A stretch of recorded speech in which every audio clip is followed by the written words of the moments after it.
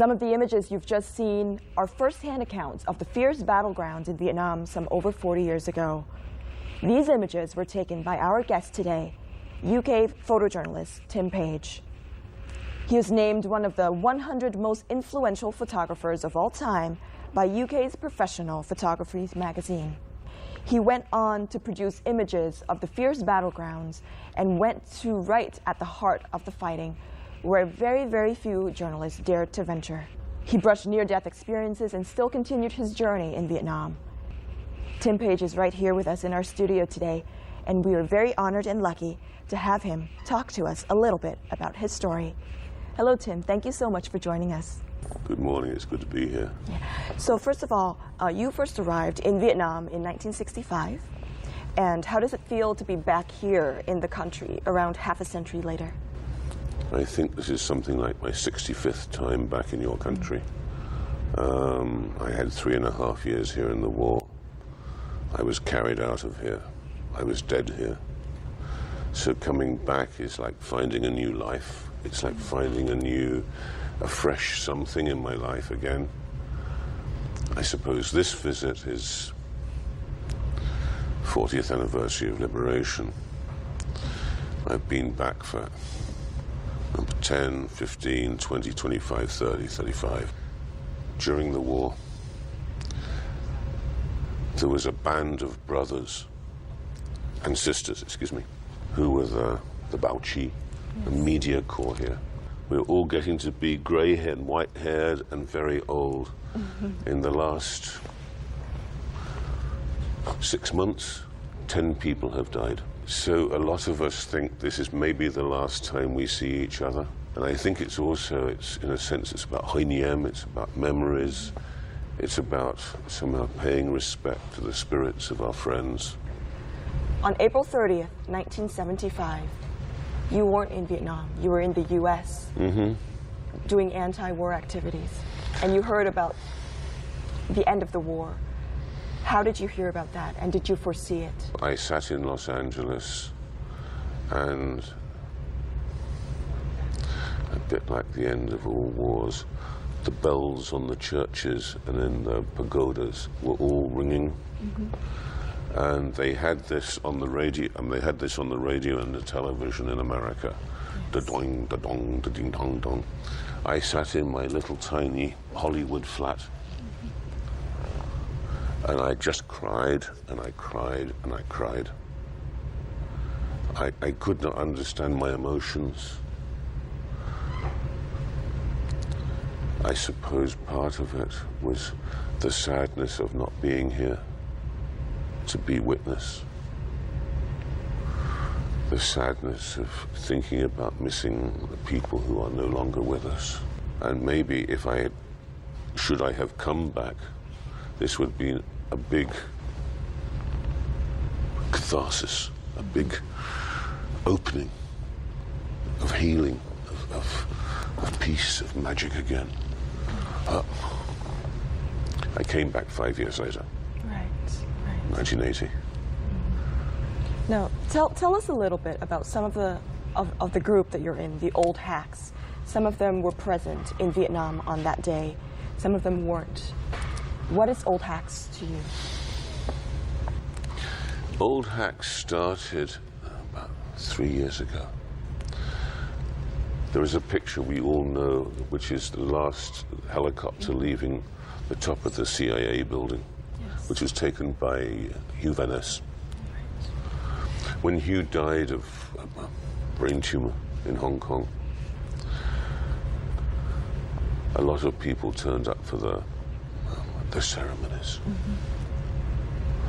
And from this, the Old Hacks was formed. When it started, there were 350. Wow. I think it's now down to 210. Wow. I think it's the first time there's been an attempt to draw people who have covered. There's nothing like this from Bosnia. There's nothing like this from the Second World War. As I was saying before, the camaraderie, this unique group of people, I think that the public opinion, not just in America, but globally, was influenced by the images For all of us, Vietnam still has something which none of us can quite explain. What is the magic that caught us? Not just the war.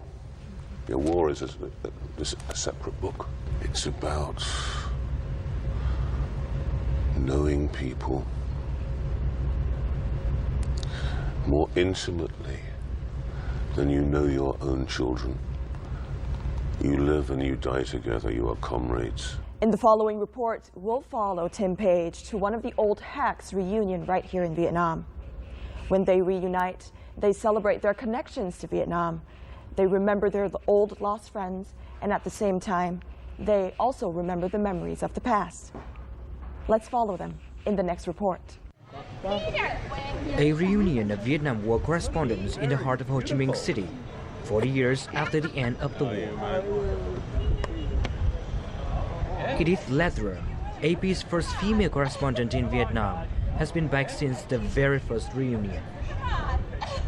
The correspondents who covered the Vietnam War have been doing reunions ever since the 20th anniversary, every 5 years.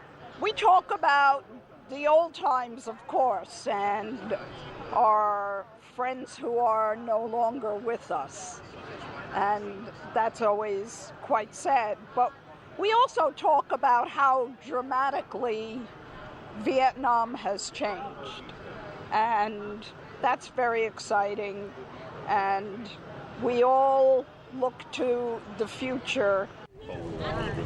For Tim Page, there is a history and a thread that connect these journalists after all of these years.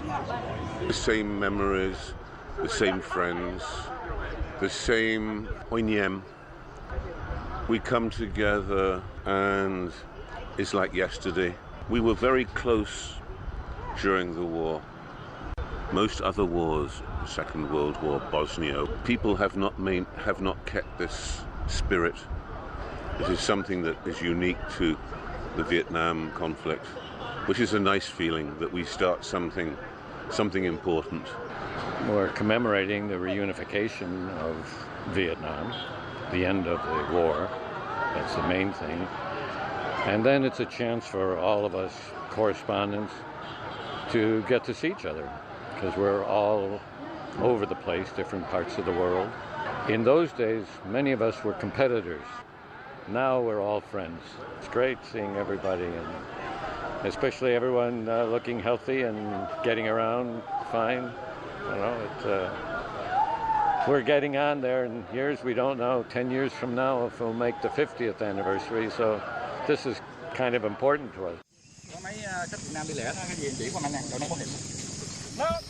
The OHAC trip back to Vietnam this time has also seen a group visit historic sites of significance to the war and to their work in particular, like the Củ Chi tunnels or the Reunification Palace in Ho Chi Minh City. Such reunions offer former correspondents a chance to reflect on their work in covering the war in Vietnam, but also to witness the peace and development of present-day Vietnam. So let's wind back here to before Vietnam, and perhaps even before you ever picked up a camera. At 17 years of age, you decided you would leave the UK to come to Asia. Why did you decide? I think my whole life has been a series of falling over accidents and then becoming lucky. When I was 16, I died. I was in a motorcycle and I lost 4 liters of blood from here. I was dead. I think when you see the other side, death, whatever this is, the end of now, and you come back, you are changed. So I run from England, and it was mind-opening. So you would go on to shoot your very first war photos eventually in Laos, and you never thought of becoming, you know, a photojournalist, let alone a war reporter. In Laos, I lived with a man who became the correspondent for UPI, United Press. The war in Laos in 1963-64 escalate. So they send my friend to Tokyo to learn big-time correspondent. And I am UPI bureau chief in Laos. And I am 18. I am bureau chief in Laos, right? The bureau chief from Saigon comes in. Hey kid, how'd you like a job? Wow. 3 days later, I am in Saigon. Did you ever fear the possibility of danger in Saigon? You did say something about when you're young, you don't think about death. You just head forward. You've hit it. You're bulletproof until something happens. Maybe I am very frightened of being wounded, of hurting, of pain. But you do not know this until this happens. Team Page had come to Asia with little to nil experience in photography and news reporting. Nevertheless, his short days alongside journalists in Laos and then Vietnam led the then British teenager fast into the track of becoming a war correspondent. He picked up the basic skills in photography and ventured headfirst into the battlefields. Soon enough, his photo would grace the covers of then prominent world publications like Time Life and Paris Match. He became the go-to man for photo wire services like AP, AFP, and UPI for news sources on Vietnam. He was based in Laos from 1963 to 1965 and later spent 3.5 years covering the Vietnam War between 1965 and 1969.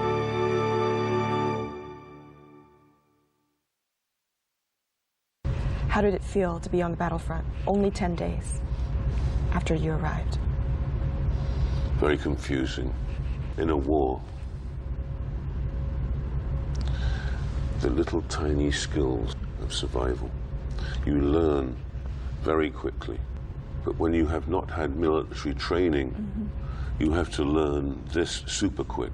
On top of the military thing, you have to put this on the top of that. To change the film in this, you've got to take the bottom off, take a thing out here, a thing out here, and there's somebody shooting at you. Right. And maybe it is not for everybody. Which is also interesting because you chose to be present in the middle of the war, in the middle of the battle. The joy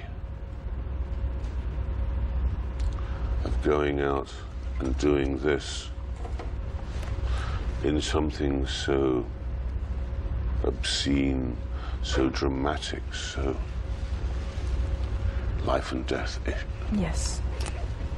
The fine line between life and death. Of trying to express that in one image. Wow.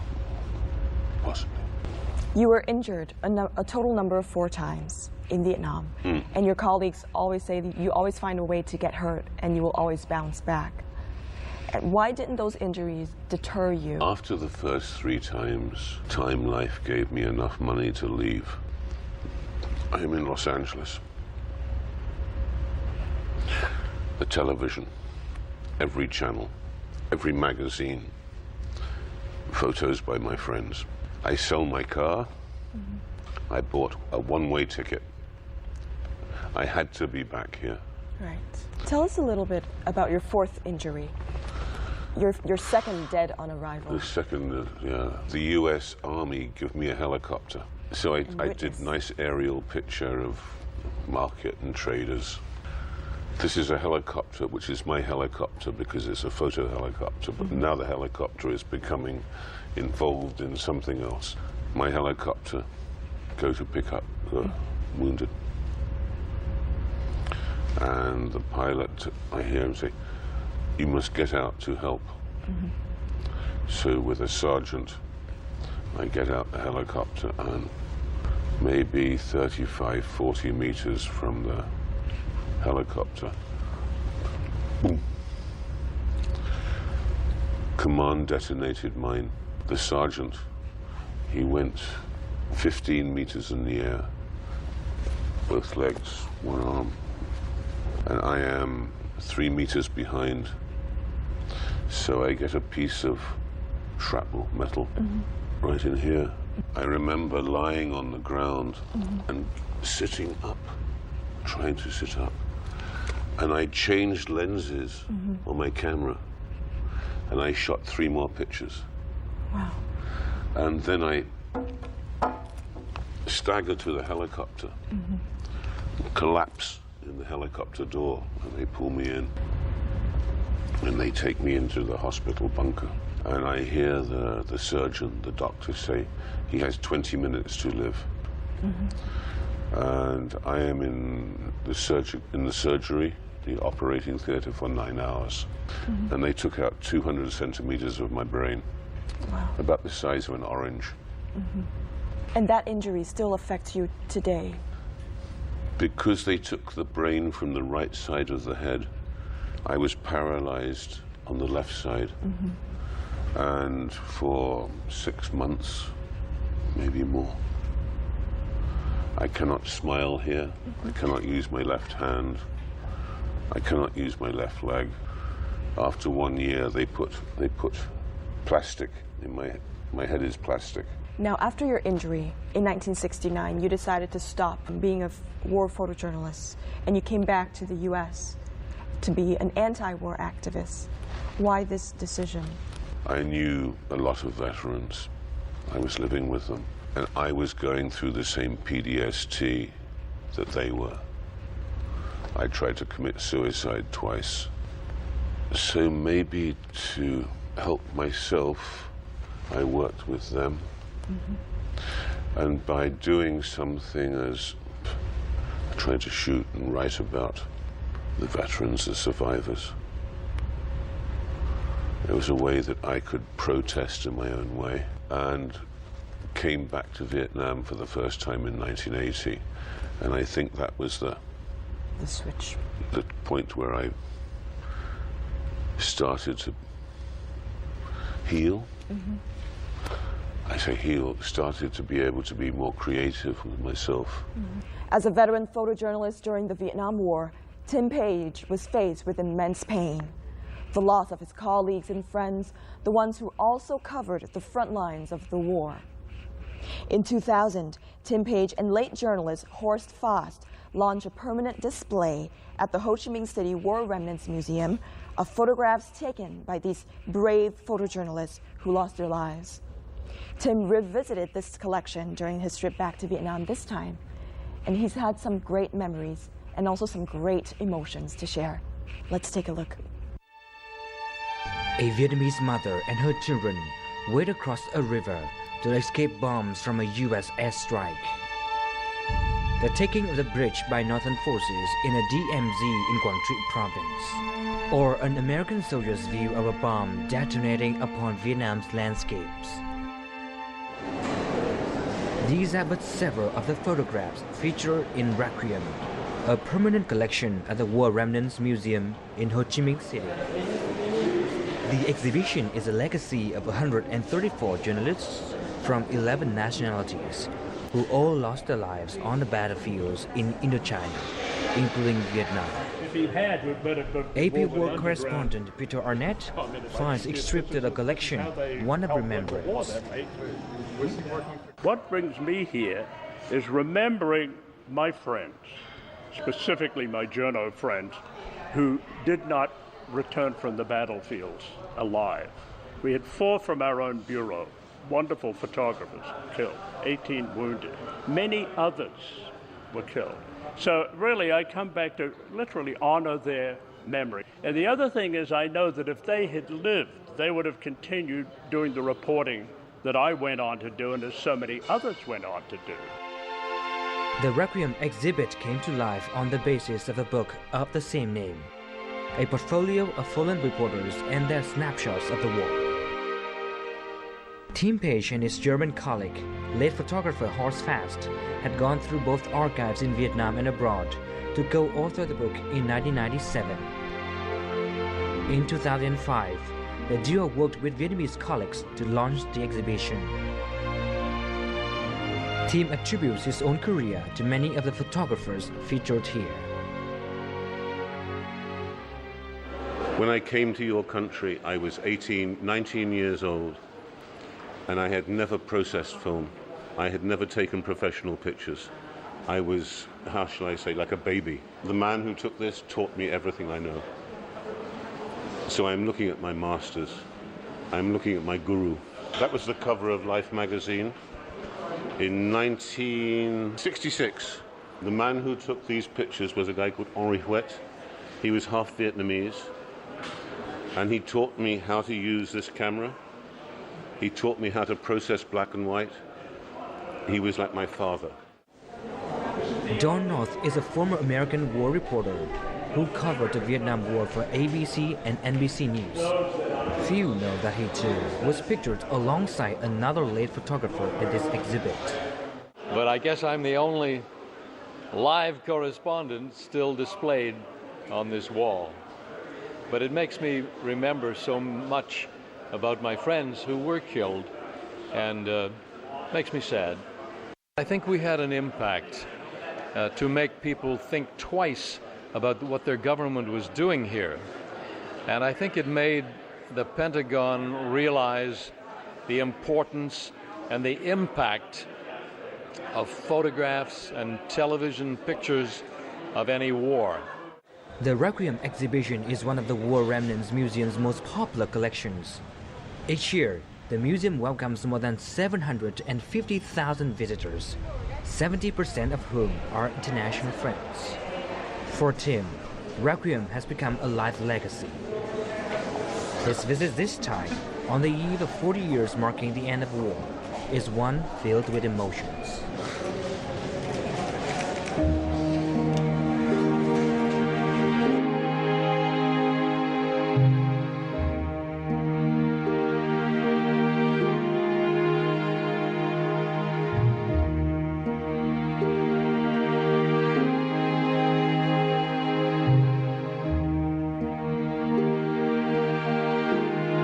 I'm here with my friends. I know most of the men who die here. It's fantastic to see it full. It means that we did a good job. It means that at the end of the day, the fact that this place is full of people understanding history, understanding our country, understanding what we did, and the meaning of photography. My heart is heavy, but I am happy. Tell us a little bit about the foundation, the IMMF, the Indochina Media Memorial Foundation that you founded. It is nice to know, excuse me, that you can plant a little seed and grow a tree. The fact that we have started a newspaper for women in Laos, that we have created an exhibition here. We've created a lot of things. And the foundation has brought many veteran journalists back to Vietnam. It's brought a lot, yes. The veteran thing is when we first started teaching here, most photographers did not see Western media. And after 2 weeks of intensive shooting, editing, and throwing new ideas, just bang, bang, bang, bang, bang, you could start to see the influence you are having. And I teach Vietnamese photographers who are very, very good. The senior correspondents of your television, your radio, your top photographers have been in one of our courses. It has been a very rewarding process. You said that you've healed, you've managed to heal ever since you came back to Vietnam in the 80s. And in 1992, you also wanted to help mitigate the effects of war by the Mine Action Group. Tell us a little bit about this group. Because I had been blown up on a mine and was disabled, I had obviously an empathy, a sympathy with disabled people from mines and bombs and that. By doing something creative, like exposing the issue, the problem, and putting my photographic skill into focus. They asked me to become a patron, and I give them lots of photographs. I have been demining now in your country, obviously, Laos, Cambodia, Burma, Bosnia, Middle East. And then I become involved in the Agent Orange issue because I saw it in 1980 the first time. Yes. Also, I have problem with Agent Orange myself personally. So it is something to help because it needs to be done. And you've taken some photos of children with Agent Orange who are the victims of Agent Orange. Oh. Tell us a bit about some of these children. Going to orphanages, going to the special homes, going to family homes to see these kids, and sometimes obviously grown-up people, is hard because it reminds you of the war in a direct way. It reminds you of your own suffering, your own pain. And personally, it makes me very angry. The Agent Orange issue is something quite frightening because it is now 4th generation. Is there a particular photo that sticks out to mind? That I've shot. That you've shot. It's a hard call because I've shot a lot of very strong images of Hoa Binh, north of Hanoi, near Son-Tay. Here in Ho Chi Minh, quite a few. Tay Ninh, all parts of Vietnam, because the survivors are everywhere. I think it's some of my strongest pictures, because I think that to take those pictures, you have to cut through the emotions, the anger, the pain, the sadness, and to try to make those emotions come out photographically. What would you say to the Agent Orange victims that you've met? That you I still wish remember? I was a billionaire and I could sort this problem out. Help is coming. It's not soon. It's not soon enough. But I think that there is realization now that something has to be done. On the first floor of the War Remnants Museum, where Team Page has its exhibition Requiem, a group of people draw his attention. There are Agent Orange victims from An Phúc Center in Ho Chi Minh City who are performing music and selling handicrafts. As a witness of the U.S. Army spraying Agent Orange on Vietnam, Team has been taking pictures and writing stories about the situation. He also takes its chance to understand more about these young sufferers. On the next day, he himself pays a visit to their home on the outskirts of Ho Chi Minh City. Oh. Choang. Hello. Hello, man. How old are you? I'm 3 years. This is the same age as when I am in your country as a Bao Chi. Talking to the young victims of An Phúc Center, Team Page realizes how bad their disabilities are as a direct effect of Agent Orange in their previous generations. But that doesn't hinder them from living a meaningful life. I'm quite surprised to find a place with such a problem, and yet there is such a good vibration, a positive vibration, especially from somebody who has no vision, somebody who is so disabled. It makes me very sad.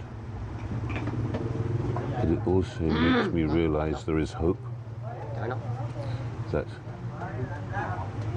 humans can get over any problem. In the war, we are taking our water bottle and we fill from the ho bomb and we drink. And now I have a problem. From the bottom of my feet here, pieces of meat falling off. This is war. This is the crazy thing about war.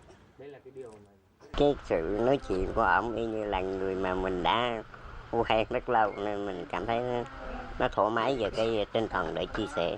Ông lại truyền cho tôi một cái sức động lực của ông là về cái cuộc sống, mà cái sự mạnh mẽ, mà cái để làm cho tôi có thể phấn khởi hơn theo về cái cuộc sống, về cái tinh thần.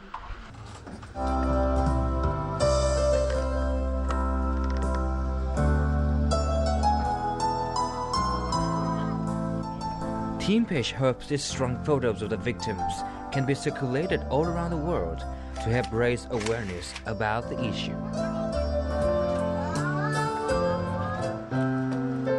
I can do a little bit to help. Maybe that little bit turns into something bigger. I just wish I was a rich man. I can only do what I can do, and that is with my camera. I am hoping that enough attention is brought to the issue. Có một người mà có thể là từng tham gia chiến trường và từng đã đi thu thập những cái hình ảnh mà thời chiến, mà để có thể giúp cho những nạn nhân của da cam của Việt Nam sẽ góp lên cùng một tiếng nói. Với tôi thì tôi cảm thấy rất là xúc động về một cái suy nghĩ của ông dành cho những nạn nhân da cam của Việt Nam, cũng như dành cho những nạn nhân da cam của tất cả trên thế giới.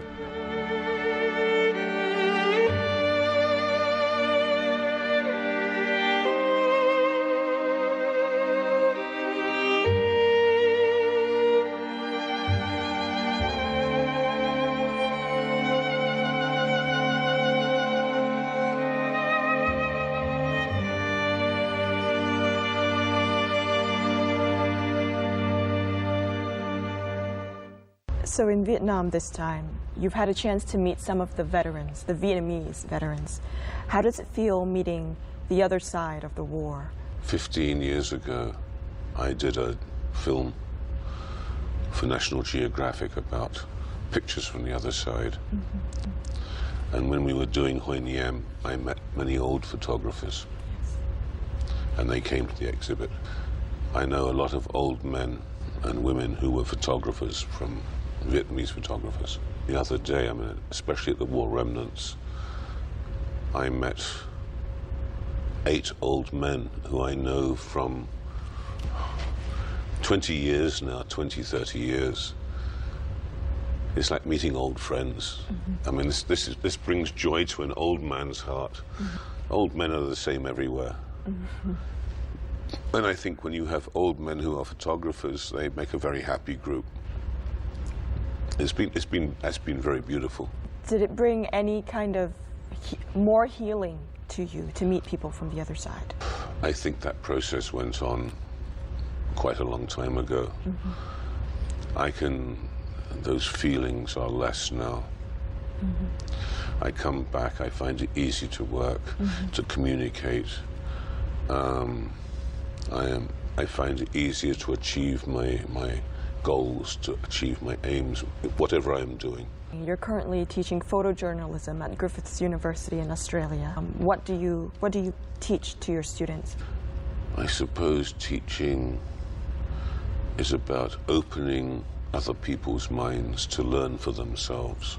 Most of what you learn visually, photographically, comes by practicing, by shooting. I don't care, shooting your shoes, shooting the studio, shooting the street. It makes no difference. What is difficult and is very hard to teach is how to edit. What is a good picture? This is about understanding the editor of the paper, the magazine, the online service. What from your experience as a war photographer have you managed to pass on to your students? Patience, planning, editing, how to think for yourself. Back in the day, obviously, it was much more difficult to bring your pictures back to the publisher. You have to send it, snail mail it. Today, we can transfer things electronically, and the rise of the digital age you know, to many they believe that it's helped photojournalism. Do you think that it's true? It's made it more accessible. It has made it more instant. But instead of getting, as you said, the difficulty of getting one roll of film from Quang Tri to New York, New York now has 5 million pictures of Quang Tri. What are you going to do with 5 million pictures? You need 1 or 2. And as I said before, it is easy to make a picture, but how do you choose the right one, the editing? And maybe this is why I go back to using an old camera and try to make something a bit more retro. The pixel will be gone. The print will be there. What do you say now, going through all that you've gone through, to current war photojournalists or aspiring war photojournalists? I tell them don't, unless you really think you can.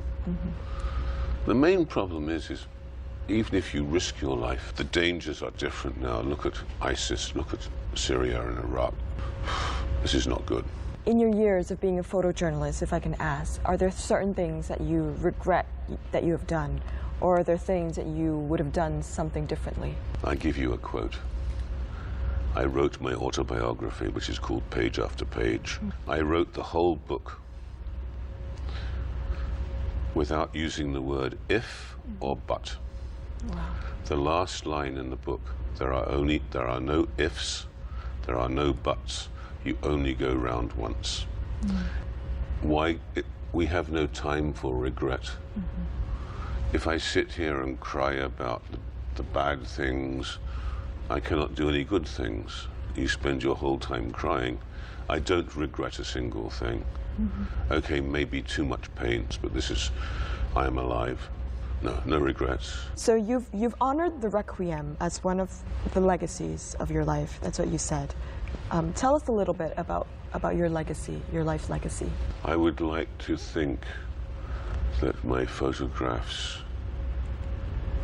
are strong enough to be remembered historically. I would like to see photography come back in a way that it is not now. We have internet and it's delete, it's gone. There's nothing sitting, nothing solid. My legacy, I have made a few people happy and I've made a few people wise. I would like to grow more trees. Yeah. With the IMMF. From all your years in Vietnam, what memory still lingers on the most? It's the memory of friends and people, of coming of age photographically, of finding myself, as it were, of coming back and dealing with my own PTSD, dealing with my own issues, through images of the people who suffered with me. After all those years, what does Vietnam mean to you? It's my second home. In 1985, I was told by Hanoi that if I wanted to move back to your country and live here, I would have been one of the first foreigners to come back and practice photography here. Maybe I should have done that, but you cannot say if. Right. You cannot say but. I didn't. Thank you so much, Tim, for being with us today. And thank you for letting us, to step into your world of the past. To me, you're like a photograph, because through you, we see what it was like through the past. And through you, we see the kinds of sufferings and the things that war photojournalists had to go through and the kind of healing that they had to go through as well. So thank you for letting us into your vulnerability. Thank you. It's a privilege to be back. That's it for this edition of Talk Vietnam. Thank you for tuning in with us. We hope to see you again next time. Goodbye for now.